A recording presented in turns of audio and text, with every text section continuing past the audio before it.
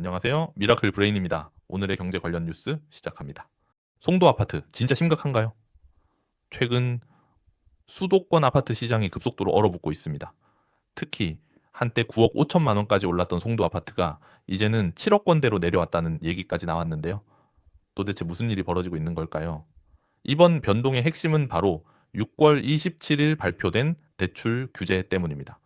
정부가 총부채 원리금 상환 비율, 즉 DSR 규제를 강화하면서 서울뿐만 아니라 경기와 인천까지 전반적인 거래량이 줄어든 건데요. 실제로 이번 달 1일부터 22일까지 수도권 전체 거래량은 전달 같은 기간보다 6,800건 이상 줄었습니다. 줄어든 비율만 놓고 봐도 무려 68%나 급감한 건데요. 서울은 78%, 경기도는 60% 넘게 빠졌습니다. 그리고 이런 침체는 송도처럼 입주 물량이 많고 GTX 같은 기대감이 흔들린 지역에서 먼저 터졌습니다. 럭스오션, SK뷰처럼 인기 많았던 단지도 1억 건 넘는 마피, 즉 마이너스 프리미엄이 붙기 시작했어요. 파주, 의정부, 안성, 양주, 수도권 외곽 지역들은 지금 줄줄이 하락세입니다. 이전에는 서울 집을 팔고 경기권으로 이사 오는 수요가 많았는데 지금은 서울 거래 자체가 막히니까 아예 이사 움직임도 줄어버린 거죠. 문제는 이런 규제가 서울 강남만 겨냥했지만 수도권 외곽까지 모두 영향을 받고 있다는 겁니다. 결국엔 실수요자들이 집을 사기 더 어려워졌고 정작 잡으려던 집값은 일부 지역만 더 오르고 다른 곳은 무너지고 있어요. 전문가들은 핀포인트 규제가 필요하다고 말합니다. 일률적으로 규제를 풀거나 조이는 게 아니라 지역별, 주택, 유형별 맞춤 대응이 필요하다는 거죠. 집값을 위한 정책이 오히려 서민들 삶을 더 어렵게 만드는 건 아닐까요? 여러분은 지금 부동산 시장 어떻게 보고 계신가요? 댓글로 생각을 남겨주세요. 자, 다음 내용입니다. 서울 새 아파트 공급 더는 못하는 걸까요?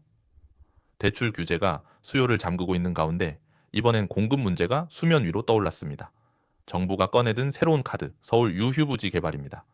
신도시를 또 만들기보다는 이미 있는 땅을 잘 활용하자는 거죠. 문제는 그 땅이 많지 않다는 겁니다.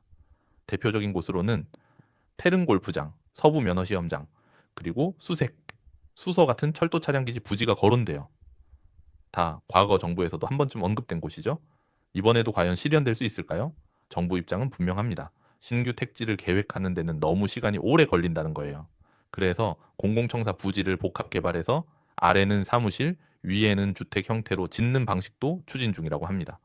그린벨트를 해제하자는 주장도 있지만 대통령이 직접 소금물을 계속 마시는 격이라며 반대 의사를 밝혔죠. 그러니 결국 유휴부지 재활용이 거의 유일한 대안이 되는 겁니다. 하지만 한계는 분명해요. 첫째, 땅이 생각보다 좁고 둘째, 지역 주민 반발도 무시할 수 없죠. 그래서 전문가들은 정부가 실현 가능한 청사진을 빨리 제시해야 한다고 조언하고 있어요. 지금처럼 땅만 검토하고 있는 단계로는 시장에서 신뢰를 얻기 어렵기 때문입니다. 결국 핵심은 얼마나 현실성 있게 계획하느냐에 달려 있어요. 공공이 주도하는 공급 대책이 조만간 발표될 거라는데요.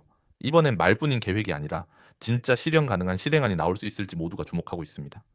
여러분은 어떻게 생각하시나요? 서울 집값 이렇게 해결될 수 있을까요? 댓글로 여러분의 의견을 들려주세요. 자, 다음 내용입니다.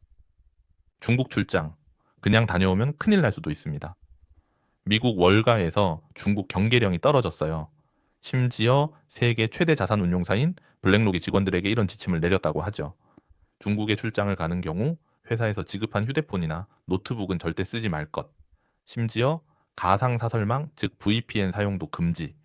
그리고 심지어 가족 여행처럼 개인 일정 중에도 회사 네트워크 접근은 완전히 차단된다고 합니다. 이 지침은 7월 10일부터 바로 적용됐고 직원들은 임시 대여폰만 쓰도록 통보받았죠. 이 정도면은 그냥 단순한 보안 조치를 넘어서 중국을 잠재적 위험 지역으로 간주한 조치에 가까워요. 배경엔 최근 외신에서 보도된 몇 가지 사건들이 있어요.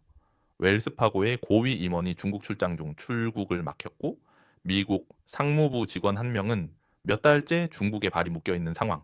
글로벌 기업들이 예전처럼 중국 출장이나 미팅을 가볍게 생각하지 못하게 된 거죠. 이 모든 불안의 근간엔 바로 중국의 데이터 보안법이 있어요. 2021년 9월부터 시행된 이 법은 중국 내에서 수집되거나 만들어진 데이터를 외국으로 반출하는 걸 원칙적으로 금지하고 있어요. 만약 이를 어기면 처벌 수위도 엄청나죠. 그래서 외국계 금융사들은 중국 데이터를 따로 관리할 수밖에 없습니다. 대표적인 예가 바로 온슈어 시스템이에요. 즉, 중국 데이터를 중국 안에만 따로 보관하는 시스템인데 이게 비용도 많이 들고 관리도 복잡하고 회사 입장에선 상당한 부담이 됩니다. 지금 블랙록뿐 아니라 웰스파고, 골드만삭스 같은 월가 주요 기업들이 모두 중국 출장과 관련된 내부 규정들을 강화하거나 재검토 중이에요. 정치와 외교 갈등이 이젠 금융회사 보안 정책까지 바꿔놓고 있는 상황. 출장 하나 가는 것도 이제는 위험 요소가 될 수 있다는 얘기예요. 여러분은 어떻게 생각하시나요? 이런 흐름이 결국 글로벌 경제 전체에도 영향을 줄까요? 댓글로 여러분의 생각을 들려주세요. 자, 다음 내용입니다. 이제는 코인도 적금처럼 누적 투자액이 무려 2천억 원. 요즘 주식 대신 꾸준히 코인 사 모으는 사람이 빠르게 늘고 있다는 거 알고 계셨나요? 국내 최대 가상자산 거래소인 업비트가 만든 자동 투자 서비스 코인 모으기에 무려 2천억 원이 몰렸습니다. 하루에 10,000원씩, 일주일에 50,000원씩, 마치 정기예금처럼 코인을 사들이는 방식이에요. 이 서비스는 정기적으로 코인을 사기 때문에 단기적인 가격 변동에 흔들리지 않고 장기 투자자에게는 평균 매입단가 낮추기라는 분산 투자의 효과를 줄 수 있죠. 지금까지 누적 이용자 수만 해도 무려 14만 명에 육박합니다. 투자 금액은 최소 1만 원부터 시작할 수 있고 한 주문당 최대 100만 원, 코인 한 종목당 최대 300만 원까지 가능합니다. 특정 코인을 정해서 원하는 주기로 자동으로 매수되니 일일이 시세를 확인하지 않아도 되고요. 업비트 측은 가상자산 투자자 1,000만 명 시대에 맞춰 보다 안전하고 효율적인 투자 경험을 제공하겠다고 밝혔습니다. 지금처럼 불확실성이 클수록 이런 분할 매수 시스템이 투자자에게는 심리적 부담을 줄여주는 방패가 될 수 있는 거죠. 물론 코인은 여전히 리스크가 큽니다. 하지만 단타보다 낫다고 판단한 사람들은 이제 꾸준히 모으는 방식을 택한 거예요. 여러분은 어떻게 보시나요? 코인을 적금처럼 모으는 이 전략 괜찮다고 생각하시나요? 댓글로 여러분의 생각을 들려주세요. 오늘도 함께 해주셔서 진심으로 감사드립니다. 구독과 좋아요는 이 채널을 이어가는 큰 힘이 됩니다.